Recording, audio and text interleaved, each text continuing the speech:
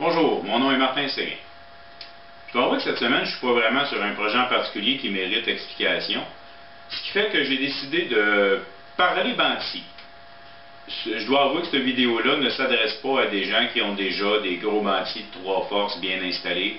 Je n'ai pas non plus l'intention d'expliquer comment ajuster le Banksy. Il existe déjà beaucoup de vidéos sur le sujet et je dois avouer que je ne me crois pas un expert non plus dans ce domaine.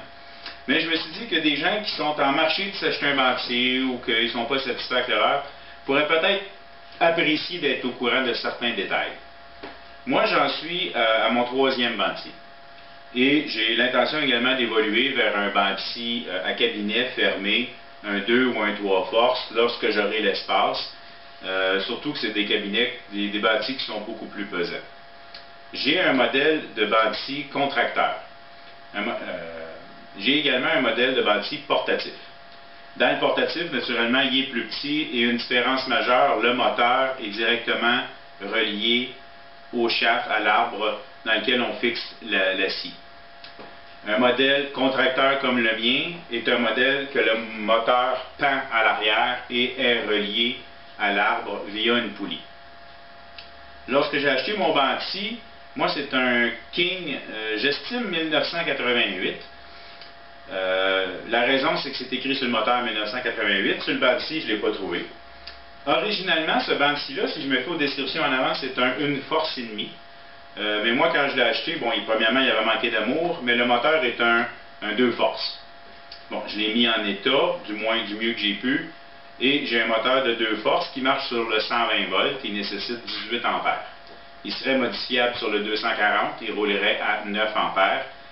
Aucune différence au niveau de la puissance du moteur ou de la consommation d'électricité. Enfin bref, mon garage est sur le 120, j'ai pas vraiment de 240 ici. J'ai laissé tout ça sur le 120. Je vais vous montrer des petits détails à voir sur un Banksy. Premièrement, je vous fais faire le tour. Mon Banksy est un modèle qui a la table en fonte sur le dessus. C'est 27 pouces de profond par 40 de large. Le guide à refendre est un vieux modèle qu'on appelle un modèle à tube. On le voit à cause que ce sont des tuyaux et que le guide se bouge sur les tuyaux. Je dois avouer que c'est pas une merveille, mais ça fait la job. Moi, j'ai enlevé les pattes en dessous de mon Banksy pour utiliser l'espace. J'y ai fait ce caisson-là dans lequel je peux ranger des choses. C'est un tiroir avec une porte pour un accès en dessous. Et sur le côté, on voit que j'ai laissé un espace pour y accrocher des accessoires de chaque côté. Un petit add-on que j'ai aimé, que j'ai vu en fait sur un autre modèle, c'est la petite boîte en dessous dans laquelle vous pouvez voir qu'il vient d'apparaître mon guide à refendre. Donc quand j'ai besoin de l'enlever sur le dessus, je peux le mettre là et il n'est plus dans les jambes, il n'est pas à terre, il n'est pas accroché. À droite, vous pouvez voir le guide à onglet d'origine et à gauche, un guide Incra que je me suis acheté, qui a la possibilité de s'extensionner vers la gauche jusqu'à 40 pouces. Je dois avouer que c'est très pratique étant donné que je ne peux pas vraiment penser à avoir une table coulissante sur le côté. Je dois avouer que mon guide me sert beaucoup. Si on regarde sur le côté, on peut voir encore des endroits pour accrocher les choses. Et ma table de sortie. Je dois avouer que moi, quand je coupais, une des choses qui me dérangeait beaucoup, c'était que mon morceau de bois tombe immédiatement après que je l'ai coupé et il tombait sur le moteur. J'ai donc ajouté cette table-là. Je vais vous la montrer aussitôt que je mets l'appareil photo sur un trépied. Ça me fait penser qu'une grosse différence entre un Banksy contracteur comme celui-là, plus stable et plus pesant, plus gros qu'un Banksy portatif, une grosse différence, c'est l'espace en avant de la lame. Sur mon autre Banksy, j'ai à peu près 3-4 pouces sur mon portatif. Tandis que sur celui-ci, j'ai pratiquement 12 pouces avant la lame. C'est très pratique pour mettre des planches, les couper et que ça tienne bien. J'ai ajouté, en faisant mon caisson, j'ai fait une sortie pour le dépoussiéreur en dessous. J'ai mis une plaque de plastique en dessous de mon Banksy avec un simple tuyau de chauffage qui est relié derrière et qui me permet de brancher mon dépoussiéreur dessus. Pour ma table, en fait, moi quand je tends mon Banksy, je manque de place, fait que faut que je l'enlève. Ce que j'ai fait, c'est simplement ceci. Une planche, les guides et tout, avec des tracks de tiroir que j'ai vissé de chaque côté de mon Banksy et qui me permet de rentrer ma table à l'intérieur. J'ai une pince que je pince ma plaque pour pas qu'elle se promène. Autre chose, sur un bâti, souvent les plaques d'insertion. Les plaques d'insertion d'origine ont souvent un gros espace pour la lame.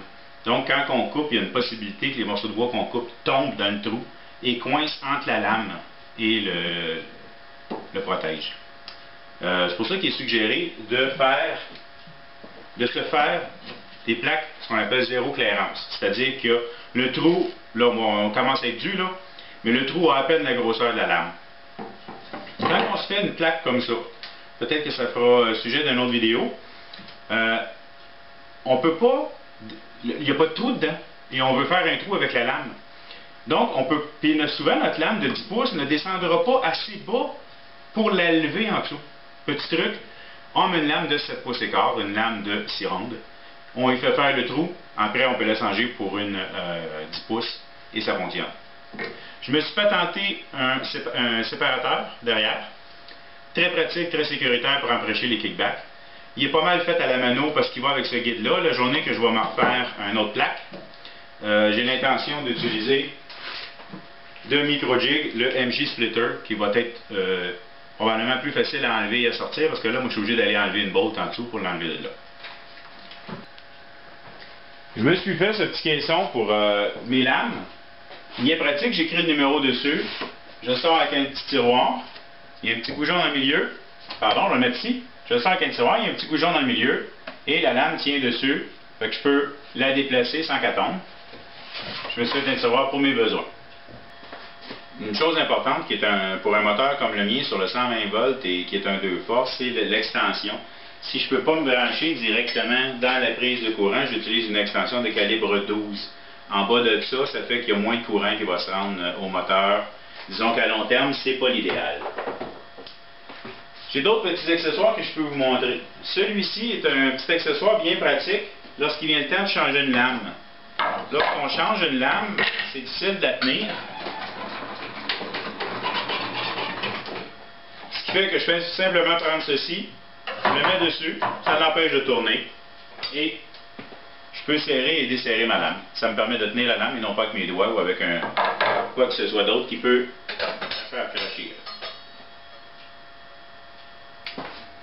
J'ai également un garde pour la lame. C'est pas l'original, ce qui fait qu'il n'est pas évident à mettre ou à enlever. Je l'ai modifié avec un petit trou ici pour que quand je suis branché, quand je fais des travaux qui font énormément de poussière, je suis capable de venir mettre une partie de mon dépoussiéreur avec un tuyau ici.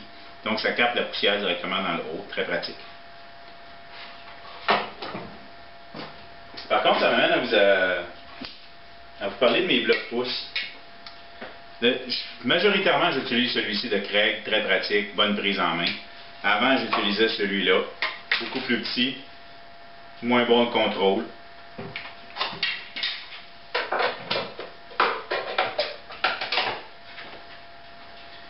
J'ai celui-là.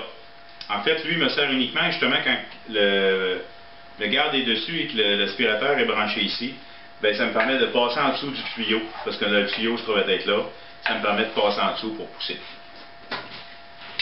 Vous pouvez remarquer qu'au fur et à mesure que je vous parle, il y a de moins en moins d'accessoires qui traînent. Mais c'est ça qui sert le meuble en dessous.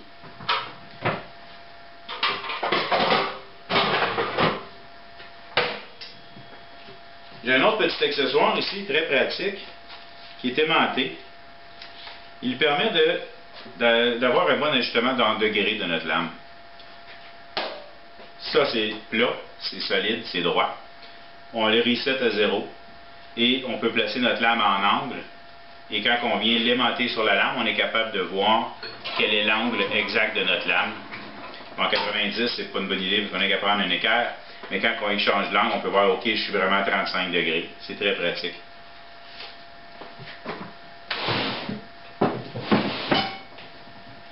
J'utilise également un gripper pour pousser. Je m'en servais beaucoup avant d'avoir mon Craig. Maintenant, je m'en sers un peu moins. Il va très bien. Moi, je m'en sers maintenant, surtout quand j'ai des petits morceaux à passer entre la lame et le guide. Lui, il est pratique. Il permet de s'ajuster en fonction de la largeur et de mettre une bonne pression partout. Ça travaille très bien.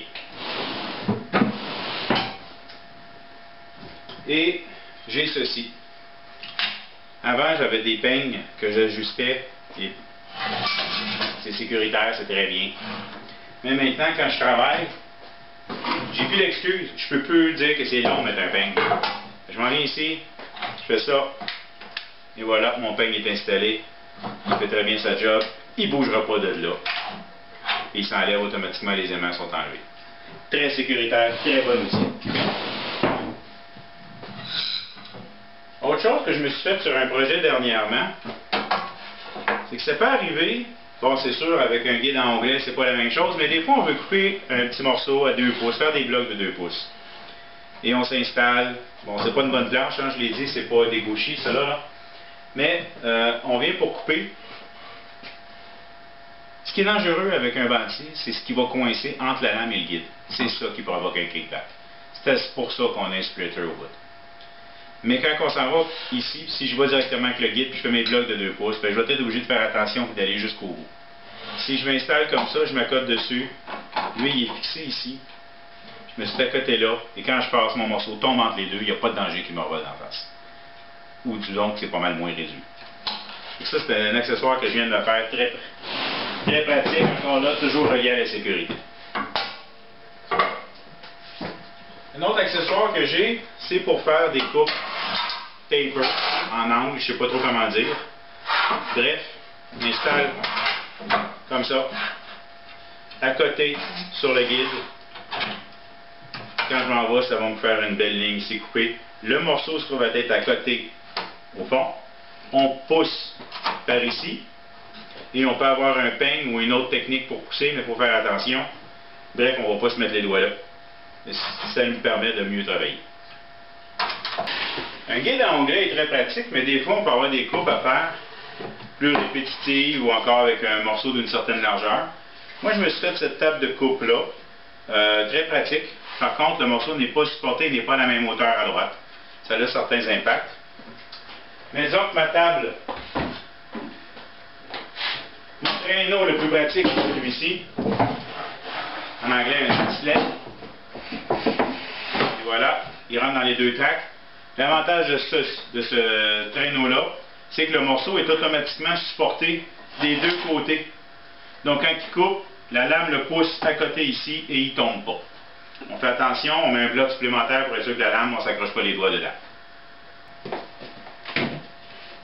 Le dernier accessoire que je vais vous montrer est la lame à rainurée. La lame à rainurée, naturellement, permet de faire des rainures.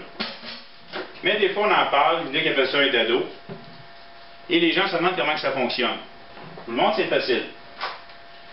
Premièrement, il y a une lame qui va à droite. Ensuite, on a différents spacers qui permettent de faire l'épaisseur qu'on a besoin.